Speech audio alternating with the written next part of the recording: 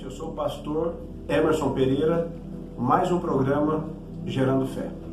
Trazendo uma mensagem hoje, uma palavra da parte de Deus, nesse momento que nós vamos ter com Deus, que fica lá no Salmo de número 128, conhecido como o Salmo da Família. A maior preocupação hoje, creio eu, que as pessoas estão enfrentando é a questão família, relacionamento, marido, mulher, filhos, e isso tem trazido um transtorno, preocupação e muitas vezes até insônia. Eu quero dizer para você que Deus, Ele tem a palavra, Deus tem a sabedoria para fazer com que o teu relacionamento seja totalmente restaurado e transformado. Tudo que eu estou trazendo aqui, desde as primeiras mensagens até as próximas mensagens, eu posso garantir para você. Muitas vezes as pessoas leem, pregam, mas elas não entendem aquilo que elas estão pregando, porque elas não viveram, elas não vivenciaram isso. O Senhor nosso Deus, quando Ele me levantou como sacerdócio do Senhor, eu sei de onde Ele me tirou, eu sei daquilo que Deus fez na minha vida, sei da obra que Ele fez na minha vida, restauração no meu casamento, na minha família. Então eu tenho experiências com Deus. Tive muitas e tenho muitas experiências com Deus em toda a área da minha vida. Toda a área da minha vida foi impactada com a mão de Deus poderosa agindo por nosso Senhor Jesus. É claro que houve todo um mover, houve toda uma disposição que eu também precisei tomar, decisões que eu também precisei tomar para que isso acontecesse. A palavra de Deus diz: se achegares a mim, diz o Senhor, eu me achegarei a você. Se me deixares, eu também te deixarei. Justo. O nosso Deus é justo. Muitas pessoas olham para Deus somente como uma figura do amor. A Bíblia é clara, ela diz: Deus é amor, mas também é fogo consumidor. Deus também é justiça. O que a Bíblia diz? De Deus não se zomba, porque Ele não se deixa escarnecer. O que o homem plantar, isso ele vai colher. Então não tem por onde fugir. A família, hoje, a qual nós vamos estar aqui lendo o Salmo de número 128, quero que você me acompanhe por gentileza, diz assim: Bem-aventurado aquele que teme ao Senhor e anda em seus caminhos, pois comerá do trabalho das suas mãos, feliz será, irá bem. A tua mulher será como a videira frutífera ao lado da sua casa, e os teus filhos como planta de oliveira à roda de sua mesa. E eis que assim será abençoado o homem que teme ao Senhor. O Senhor o abençoará desde Sião, e verás o bem de Jerusalém todos os dias de sua vida. E verás os filhos de teus filhos, e a paz será sobre o seu povo.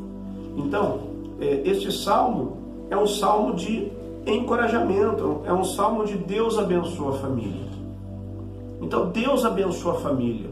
É interessante nós refletirmos um pouco e analisarmos um pouco isso. Eu quero te dar um ingrediente, porque muitos de nós, muitas vezes, professamos uma fé. Muitas vezes nós dizemos assim: nossa, eu sou de Deus, eu tenho Deus no meu coração, eu tenho Deus na minha vida. Eu já disse muitas vezes isso. E ouço muitas pessoas com vidas totalmente transtornadas, arruinadas, pessoas depressivas dizendo isso. E infelizmente a realidade do que elas estão falando não consiste com a verdade. Não porque eu não quero ou porque eu quero julgar, de forma nenhuma. É que nós não estamos vendo o fruto daquilo que ela mesma está pregoando crer. Se a Bíblia diz que os que confiam no Senhor não se abalam, por que pessoas estão abaladas, professando que estão em Deus e Deus está nelas? Por que pessoas estão angustiadas, lares desestruturados, relacionamentos conturbados, litígios, ruínas entre os filhos, guerras, batalhas? Por que isso está acontecendo? Então, nós precisamos entender verdadeiramente o que significa isso.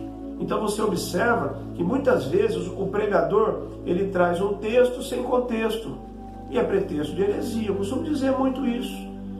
Pega um versículo isolado e traz uma pregação em cima daquilo, dando a entender que Deus naquele exato momento está abençoando todo mundo. E não é assim que funciona. A Bíblia diz que Deus abençoa o caminho do homem a que ele se agrada. E ele está dizendo aqui na primeira estrofe aqui, da primeiro versículo aqui do Salmo, né, ele diz, bem-aventurado aquele que teme, bem-aventurado, ele começa a dizer, bem-aventurado aquele que teme. O que é temer a Deus? É aquele que se desvia do mal. E para ele se desviar do mal, ele tem que conhecer o que é bom, o que é o bem. Por que o povo de Israel, quando foi tirado do Egito, ficou 40 anos no deserto? Porque eles vieram totalmente contaminados com toda a cultura, com todo o ensinamento, com todo o entendimento egípcio. E para que eles se limpassem de tudo aquilo e que tivessem sua mente, seu entendimento renovado, Deus precisou trazer o quê? Os ensinamentos. Então, o que acontecia? Moisés subia no monte e de lá ele trazia todo o ensinamento pela qual o povo deveria, a partir daquele momento, seguir. Então eles precisavam esquecer das coisas do Egito e iniciar um novo ensinamento para eles. O que infelizmente não aconteceu, porque eles ficavam divididos entre as coisas de Deus e as coisas do Egito. O que fez com que muitos deles perecessem e não fossem abençoados, inclusive não entrassem na terra onde Deus havia prometido. Então, nós precisamos entender que nós temos que fazer aquilo que a Bíblia fala. Negue a si mesmo, tome a tua cruz e me siga. O que o apóstolo Paulo diz? Eu tive que esvaziar de mim mesmo para ganhar a excelência do conhecimento de Cristo. Um pouco de fermento leva a massa. O que Jesus quis dizer com isso? O que esse fermento? Orgulho. Um pouco de conceito humano que a gente quer misturar com as coisas de Deus. Nós achamos que podemos dar um jeitinho. Nós achamos que podemos agregar conceitos nossos junto aos ensinamentos de Deus. E não é assim que funciona. Deus não precisa de conselho. Deus é o próprio conselho. Deus não precisa de sabedoria humana. Deus é a própria sabedoria. Então, nós é que temos que nos amoldar aos ensinamentos de Deus. Ele está dizendo, tema e serás bem-aventurado. E aí ele começa a falar das áreas da nossa vida familiar que serão abençoadas. Nossos filhos, a nossa família e o nosso alimento. Então, o pão de cada dia que será trazido à mesa será farto. Deus está dizendo aqui na palavra, quando eu temo a Deus, quando eu sigo os mandamentos de Deus, quando eu guardo a palavra de Deus, quando eu trago para a minha existência, quando eu estou no meu trabalho e guardo a palavra, e vivo a palavra, e honro e testemunho a Deus. E isso fará com que a minha casa seja uma casa abençoada.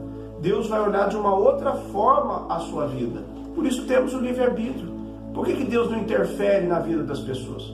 Por que Deus não acaba com toda essa problemática do mundo? Por que isso não acontece? Simplesmente porque Deus, Ele nos dá total liberdade para que nós possamos decidirmos o que nós queremos. Nós temos essa liberdade de escolhermos. Se você quiser fazer o mal, o salário do pecado é a morte.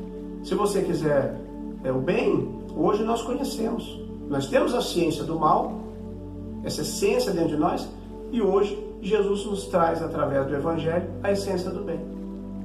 Escolha. Josué fez isso. Viu o povo lá errando, viu os mandamentos já introduzidos, e Josué chega para o povo e diz, olha, vê de quem vocês querem servir.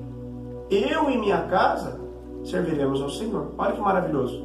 E Josué diz, eu e minha casa, eu e minha família, eu e minha esposa, eu e meus filhos, serviremos a Deus. Quando ele toma essa decisão, quem é Josué? Josué é aquele dos que saiu do Egito. Josué e Caleb foram os únicos que entraram na terra prometida. Por quê? Porque ele colocou em seu coração, propôs em seu coração, servir a Deus, temer a Deus, se desviar do mal, fazer a vontade de Deus. O que a Bíblia diz? Ser de santo como santo é aquele que te chamou.